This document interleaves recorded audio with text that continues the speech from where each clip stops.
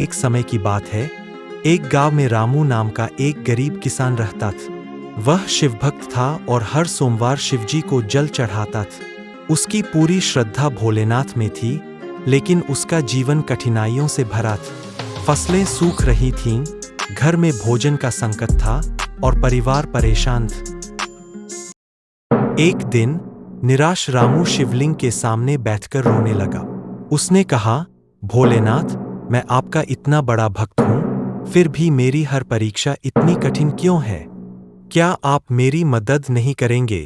तभी एक गूंजती हुई आवाज आई, रामू, तुम्हारी भक्ति पर मुझे गर्व है, लेकिन क्या तुम सच्चे भक्त हो? ये जानने के लिए तुम्हारी एक परीक्षा हो। रामू ने श्रद्धा से कहा, भोलेनाथ, मैं हर परीक्षा के लिए तैयार हूं।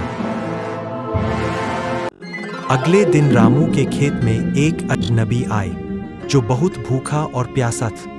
उसने रामू से कुछ खाने और पीने की मांग की। रामू के पास मुश्किल से अपने परिवार के लिए अनाज था, फिर भी उसने बिना सोचे समझे उसे भोजन दे दिया।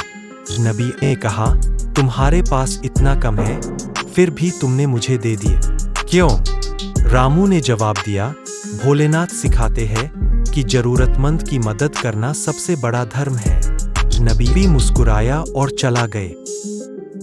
कुछ दिनों बाद रामू के खेत में चमत्कार हुआ। अचानक फसलें लहराने लगीं, कुएं में पानी भर गया और उसकी सारी समस्याएं खत्म हो गई। तभी रामू को एक स्वप्न आया। उसमें शिवजी प्रकट हुए और बोले, रामू, वह अजनबी मैं ही था। तुमने अपनी भक्ति और धर्म से यह साबित किया कि सच्चा भक्त वही है जो दूसरों की मदद करता है। तुम्हारी परीक्षा पूरी हुई, अब तुम्हारा जीवन खुशहाल होगा। तुम्हारी परीक्षा पूरी हुई।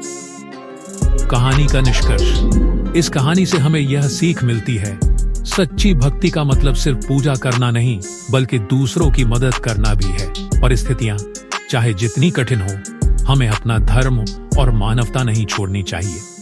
ईश्वर हमेशा भक्तों की परीक्षा लेते हैं, लेकिन सच्चे भक्त को कभी निराश नहीं करते।